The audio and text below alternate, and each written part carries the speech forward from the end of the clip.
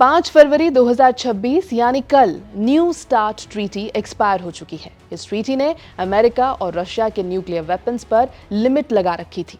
अब ये लिमिट हट चुकी है, मतलब दोनों देश अब बिना रोक-टोक अपना न्यूक्लियर आर्सेनल बढ़ा सकते हैं। इससे दुनिया में एक नई आर्म्स रेस का डर पैदा हो गया है और इंडिया के लिए ये सिर्फ ग्लोबल न्यूज़ नहीं है, ये सीधा हमारी सिक्योरिटी से जुड़ा हुआ एक इशू है। आज डूम्सडे क्लॉक मिडनाइट से सिर्फ 85 सेकंड्स दूर है, मतलब दुनिया पहले से ज्यादा डेंजरस फेज में है और इंडिया, जो चाइना और पाकिस्तान जैसे न्यूक्लियर पावर्स के बीच में बैठा है, उसके लिए रिस्क बड़ा है। तो क्या ये आउट एंड आउट थ्रेट है या है एक अपॉर्चुनिटी? आइए जानते हैं आज इस रिपोर्ट में। नमस्कार, मेरा नाम है श्वेता शर्मा और सबसे पहले बात कि स्टार्ट था क्या और टूटा क्यों। न्यू स्टार्ट ट्रीटी 2010 में साइन हुई थी। इसके तहत यूएस और रशिया सिर्फ 1550 न्यूक्लियर वॉरहेड्स रख सकते थे। लॉन्चर्स पर भी लिमिट थी, रेगुलर इंस्पेक्शंस होते थे ताकि चीटिंग ना हो पाए। 2023 में यूक्रेन वॉर के बाद रशिया ने ट्रीटी सस्पेंड कर दी। 2025 के अंत में पुतिन ने एक्सटेंशन की बात की, लेकिन ट्रंप ने मना कर दिया। उन्होंने बोला कि चाइना को भी इंक्लूड किया जाए। चाइना ने सीधा मना कर दिया क्योंकि उसके पास अभी सिर्फ 600 के आसपास वॉरहेड्स हैं। इस वजह से डील टूट गई। अब यूएस अपना स्टॉक डबल करने की सोच रहा है। रशिया हाइपरसोनिक न्यूक्स जैसे पोसाइडन पर काम कर रहा है। इस बीच इंडिया की सिक्योरिटी पर कैसे असर होगा, ये जानते हैं। इंडिया के पास लगभग 180 न्यूक्लियर वॉरहेड्स हैं। हमारी पॉलिसी है नो फर्स्ट यूज और क्रेडिबल मिनिमम डेटरेंस, मतलब हम पहले अटैक नहीं करेंगे, लेकिन अगर कोई करेगा तो जवाब देने की फुल कैपेसिटी जरूर है। पर जब यूएस और रशिया आर्म्स रेस शुरू करते हैं तो सबसे पहले चाइना रिएक्ट करता है। चाइना 2023 से हर साल 100 के आसपास वॉरहेड्स बढ़ा रहा है।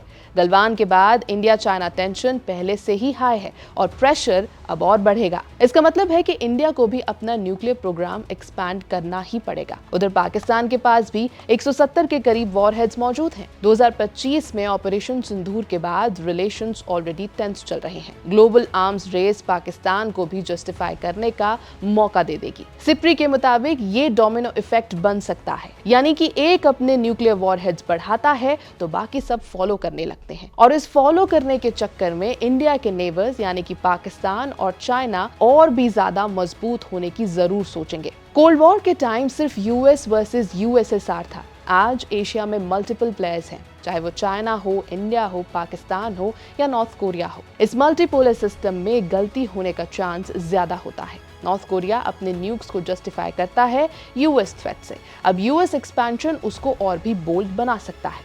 यूक्रेन या वेस्ट एशिया में अगर न्यूक्लियर थ्रेट्स बढ़ते हैं तो इंडिया पर भी प्रेशर आ जाता है। एक तरफ क्वाड में यूएस के साथ दोस्ती, दूसरी तरफ रशिया से S-400 और डिफेंस डील्स। इंडिया को बैलेंस बनाना पड़ता है, जो कि आसान नहीं है। वेरिफिकेशन सिस्टम खत्म होने से ट्रस्ट भी खत्म हो गया है। अब कोई श्योर नहीं है कि कौन कितने वेपन्स बना रहा है। इससे क्राइसिस के टाइम डिसीजन लेने का टाइम कम हो जाता है, जो बहुत ही डेंजरस होता है। इंडिया हमेशा से ही स्ट्रेटेजिक ऑटोनॉमी फॉलो करता आया है, पर आज सिचुएशन काफी ज्यादा टफ है।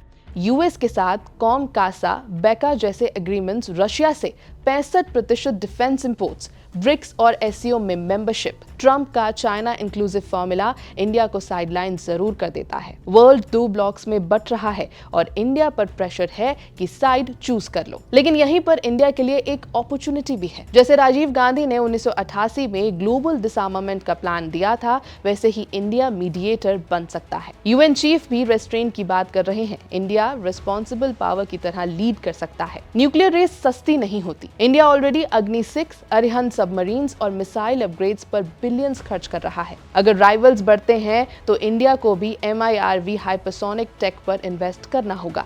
ग्लोबल टेंशन बढ़ने से ऑयल प्राइसेस भी बढ़ते हैं। इंडिया 85% ऑयल इंपोर्ट करता है, मतलब महंगाई और डिफेंस बजट दोनों बढ़ सकते हैं। यूएस रशिया टेंशन से टेक ट्रांसफर स्लो होता है। ब्रह्मोस 2 राफेल अपग्रेड्स डिले हो सकते हैं। बेस्ट साइंटिस्ट वेपन्स में लग जाते हैं, डेवलपमेंट से हट जाते हैं। विकसित भारत 2047 पर भी असर पड़ सकता है। तो इंडिया क्या स्ट्रेटेजी अपना सकता है? भारत को बैलेंस जरूर बनाना होगा। फुल आर्म्स रेस में घुसना सॉल्यूशन बिल्कुल नहीं है। सबसे पहले न्यूक्लियर टायराइड को स्ट्रॉन्ग रखना होगा, जैसे कि Agni missiles, Arihant subs, Rafale delivery system, सबको अपग्रेड करना होगा।